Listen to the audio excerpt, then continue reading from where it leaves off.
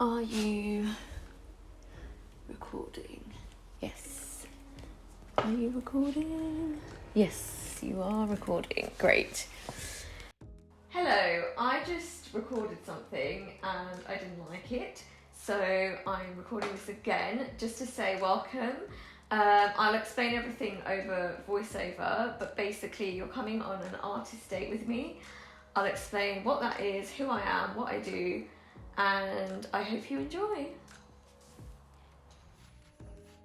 Here I am going on an artist date for the first time in almost a year, probably, or many months, maybe 9 months. I'm just fixing my hair. I'm wearing my hair wavy, which is its natural form. So here I am commuting, and yeah, I'm just ready to go out and spend a couple of hours kind of refilling my own cup, really. And yeah, I had to travel a bit far within London to get to this art store. So I'm admiring this beautiful old school from the 1600s. It's just such a stunning building. I thought it was stunning the way the light was coming through this tree. And here I am just happy because I have time to admire that. Then I had to get on a bus after the train, and I just love the perspective you get on a top deck bus and how close you come to the London architecture. So this is the art store on Kingsland Road called Great Art that I went to. It's in East London. I liked the art they had hanging up on the walls. On this particular day, I did have a list, so I don't really like to buy things just because I'm a creative person, so I'm very careful with money. So I was looking for 1 or 2 watercolor brushes because I am really into gouache and watercolor. I don't know if you say gouache. Some people in the UK say gouache. Anyway, sorry, that's a side note. I like to draw and paint while I'm on the go outside, so I thought they would help me. Here are some Japanese watercolor pigments that I was just admiring. I didn't get any of these, but I know that anything created in Japan is really high quality, so I was just having a look. Green is my favorite pigment. As I was walking to my next location, I was admiring these absolutely stunning old factory buildings that are converted into apartments and studios now. A lot of them are studios or stores, and they're very, very, very expensive apartments. And, historically they were for the very, very poor people in society, the workers who worked in the factories, and they wouldn't have been idolized. But look at how stunning the architecture is. That's the pulley system that they used to use to get furniture up to the top floors. This reminds me of the view of Manhattan Bridge from Brooklyn, and there's the train, which I loved seeing. And then I'm admiring some more architecture around London. I was around the Shoreditch area, and I just love looking at building facades. And I thought this was sweet. So, I'm on an artist date. An artist date is something that is supposed to replenish your soul. So if you are a creative, you're supposed to go out and, take in new media, new experiences, really. So it's not just about sitting at home and watching something, although watching a new movie can do that. But it's more about being out on your own and doing something that you enjoy for yourself to replenish your own cup. So that's me just enjoying the lovely architecture. And Old Street Roundabout has been under construction my whole life. I don't know when that's going to stop being under construction. Here I am now in Camden Passage, and I came across these Japanese cards, which I love. If you have picked up on it, I love Japan and Japanese culture. Black Lives Matter, never forget. So this is Islington, and I just enjoy these old houses. So now I'm at a different art store. This is the CasArt flagship store, because I couldn't find pencils that I'm looking for. I'm looking for very particular pencils and I just can't find it. And I'm trying not to buy stuff on Amazon, but I went to 2 of the biggest art stores in London and I couldn't find them. So yeah, so now I'm in a bookshop in Islington. This is the Waterstones, because I was about to go to New York when I was filming this. I've already been, and I just missed the days when we all didn't Google everything. So I wanted like small New York City books that would give me like snippets of the history of things I'm looking at. So I had a very hard time trying to trying to choose which book is right for the trip. So that's what I'm doing here. So an artist date is one of the important, I guess, practices of a book called The Artist Way, which is a 3-month course created by a fellow creative, really well-known writer called Julia Cameron. And the course is life-changing. It was for me. I did complete the course almost a year ago, or I think I began it almost a year ago and completed it in January. Hi, thank you if you're still watching the video. I have just a quick interlude to tell you about something really, really important to me.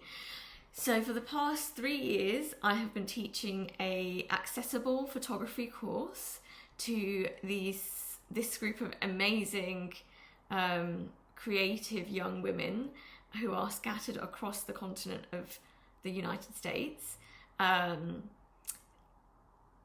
They are differently abled.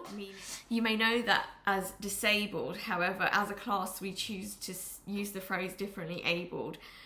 And it's something that I just started saying because I just find it more respectful.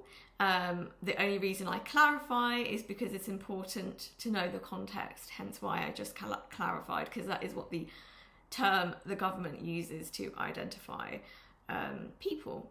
So the reason why I'm telling you about all of this is because my amazing photography students and young creatives, pro creatives, they have worked so diligently hard over the past 3 years and held many virtual exhibitions online and launched their photography portfolios online and showcased all of their work, and it is an amazing thing to do. However, they have been attending my class every week for 3 years, and the longest break we ever take is 2 weeks. So they have a huge body of work now, and they have been working so diligently that we as a community, their supporters, their parents and friends, we all believe that they deserve to meet in person and have their work on the wall for everyone to see. They will gain professional experience. They already practice public speaking at the virtual exhibitions. However, this is a great experience for them to speak in front of a crowd, to explain themselves, explain their work, introduce themselves. They will have the opportunity to sell their work. And it's really a life-affirming event that will boost their self-esteem and give them the self-belief that they need, that they will take forward for the rest of their lives. So it's really invaluable. Furthermore, they can network, and it's a professional event to put on their resume, and people will have the opportunity to support them by buying their photography work off of the walls. So if you are able to, we are fundraising. It is a grassroots project, meaning it's just myself and the young people and their parents and the few people that we all know who are making this project happen. Well, I'm running it, and I have one parent who has volunteered to help me as they are in the States and I'm in London. And yeah, the fundraiser has so far been everybody we know, and that has been so wonderful, and we are so grateful to everyone who we know who has donated so far. And if you haven't, you are welcome to at any point. but we just simply don't know enough people. So, you know, you guys out there, you can really help us. I'll leave my classes link below. They have their own YouTube channel, and we upload each of their showcases, their exhibitions onto the channel. So you can see, you know, the evidence of the years of hard work and the community that we have built and their portfolios. And if you're able to donate any amount, I'll leave the link to the fundraiser below. If you are not able to donate right now, you can save the fundraiser for later. Please do share it on Facebook, Instagram, TikTok, WhatsApp, Twitter, if it's even called that anymore, you know, anywhere and everywhere. Even if you tell one person, that is so much help for us, because that's one person we don't know that we can't reach. So yeah, it's a huge passion project for us. It's extremely important to everyone involved.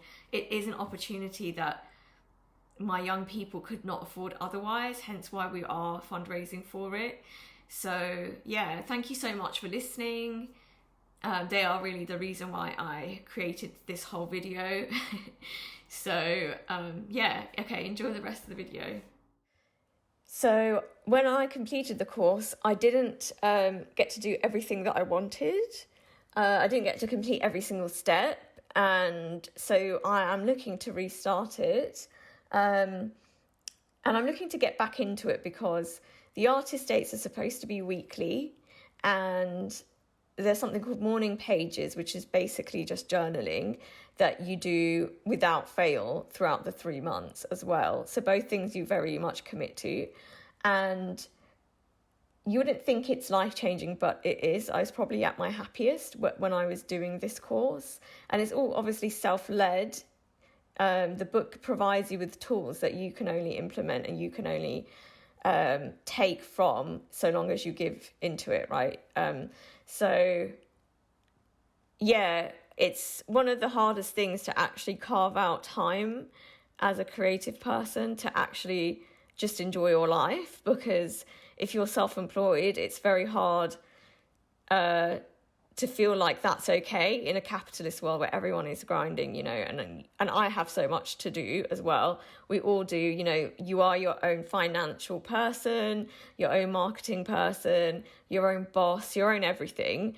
And that is a lot of me giving, which is fine, but you do also need to replenish your source, you know, your well. Otherwise, what you put out might no longer be relevant or good, or you might lose your passion. So me doing this is kind of trying to recommit to that process. I will admit, like, this was obviously I think this was 6 weeks ago now, or a month ago, so I haven't kept up my weekly artist dates, but putting this on the internet, hopefully I will now. There's lots of things I want to try. I want to try pottery in a pottery studio because I've never done that. And I think I would like it. I'd also like to go back to life drawing classes, and just read more and draw from life a lot more and take new photos, and for myself, not just for clients, and have space. That's so important, isn't it? Having space in your mind, but also in your life. I've heard someone say, it must be a famous quote or something, that in order to awaken your creativity, you have to leave space to feel bored, because if you're constantly busy, then your mind doesn't really have time to mull things over and come up with ideas. Now, obviously, you can still think of ideas when you're busy, but I do remember as a younger student having time, and that's when things would come into my mind, even though I would probably tell you if you spoke to me then that I didn't really have time. But you definitely do have more time as a teenager than you do as an adult to do things that aren't your responsibility, if that makes sense. So yeah, as I was filming these clips, I realised I don't actually want to speak to the camera. That's what I thought I was going to do, and then I realised I actually need that space. So I need to be quiet and be like alone with myself, but in the world, and be comfortable with that, which I am. I just don't get a lot of time to do that, I guess. So yeah, I just felt very, very peaceful. I didn't find the exact art supplies I was looking for, but I did find things that I really liked. I ended up buying this blue Caran d'Ache pencil and a yellow one, a really big yellow pencil, and 2 watercolour brushes. That's all I got that day. Oh yeah, and I did buy... I found it so hard in the bookshop. I bought 2 small New York City guide books, which I did use on my trip, and I will use again whenever I go again. So yeah, and I remember thinking, eating that bagel, that salmon bagel, and the coffee, and not the coffee but the bagel, like, I normally wouldn't do that. I normally wouldn't spend money on myself eating out like that. I would probably, not because I'm afraid of eating out on my own, I'm really not, I love it actually. It's more that, like, I realise subconsciously that I only spend money on food if I'm out with other people. Like, that's what I save it for. And normally I'd probably go home and eat at home, even if I was hungry. So yeah, that was interesting to become aware of. And I just really enjoyed drawing. I drew in the cafe from in front of me, things that I saw around me. And then I was on the bus and I drew like a live scene in front of me. But I built the scene because obviously the bus is moving, so you don't get to take everything in quickly, and sometimes that's good not to have infinite time. So although I think I did get, because it was stuck in traffic, I think I did get most of a whole scene, one scene, like the line work, and then I came home and finished it. So that was fun. And I did take pictures on this day as well, just on my phone, but I don't really judge people who take pictures on their phone. I'm a photographer, but I don't really view that as an issue. As long as you're not trying to pass them off as professional photography to clients or something, it's absolutely fine. You know, like, everyone has a cell phone with a camera, and there's nothing wrong with photography being accessible to everyone. So that's a really fun way to be creative and mindful and practice being in the moment, because that's what photography is. It's mindfulness. And it's the same with drawing, or just observing, sitting and observing your surroundings. And I just really enjoyed how relaxed I felt, because I didn't realise how draining it is to constantly be on your phone, running your business on your phone, getting back to people, or on your computer, or just running from things that you need to do from one thing to the next. So yeah, I just absolutely enjoyed this day.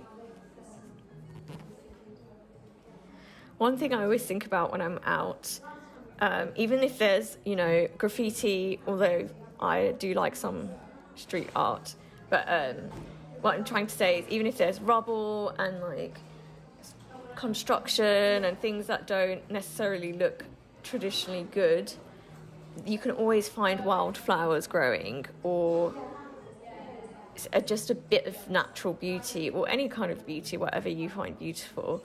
And the key really is to slow down and observe the beauty, because if you don't slow down, you will miss that actually there is beauty in everything. Oh my God, that's so cheesy, but obviously it is true. And yeah, that's what I like about photography, because you would just be living your life, and then you're like, oh my God, that's stunning, I need to stop and take a photo. And before you know it, you've taken 5 million pictures, and the people you're with are really angry at you because you're taking forever. But maybe you just enjoy life and you appreciate it, and that's why you do what you do. So I am a photographer. I spend a lot of my time obviously working for clients, and I am very grateful and appreciative that I'm able to earn a living and, live in London and live my life. However, it's so easy when you work for yourself to only spend time on things that bring in income, and there definitely needs to be a refocus on things that replenish me as a human being as well. I've been a photographer for 18 years.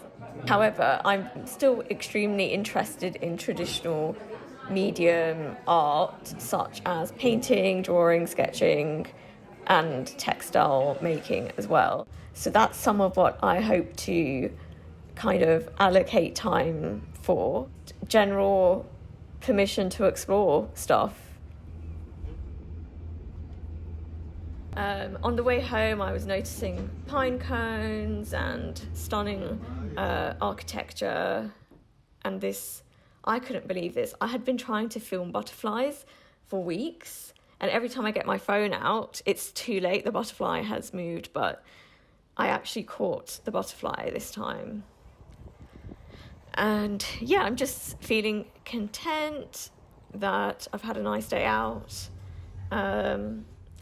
And then I was watching this artist on YouTube. I think I ate something quickly, decided I wanted to get more movement in, so I headed to the gym. Forgot to film at the gym, so here I am back home. And that's the end of my vlog, really. Thank you so much for watching. Like and subscribe, and maybe I'll make another one. Bye.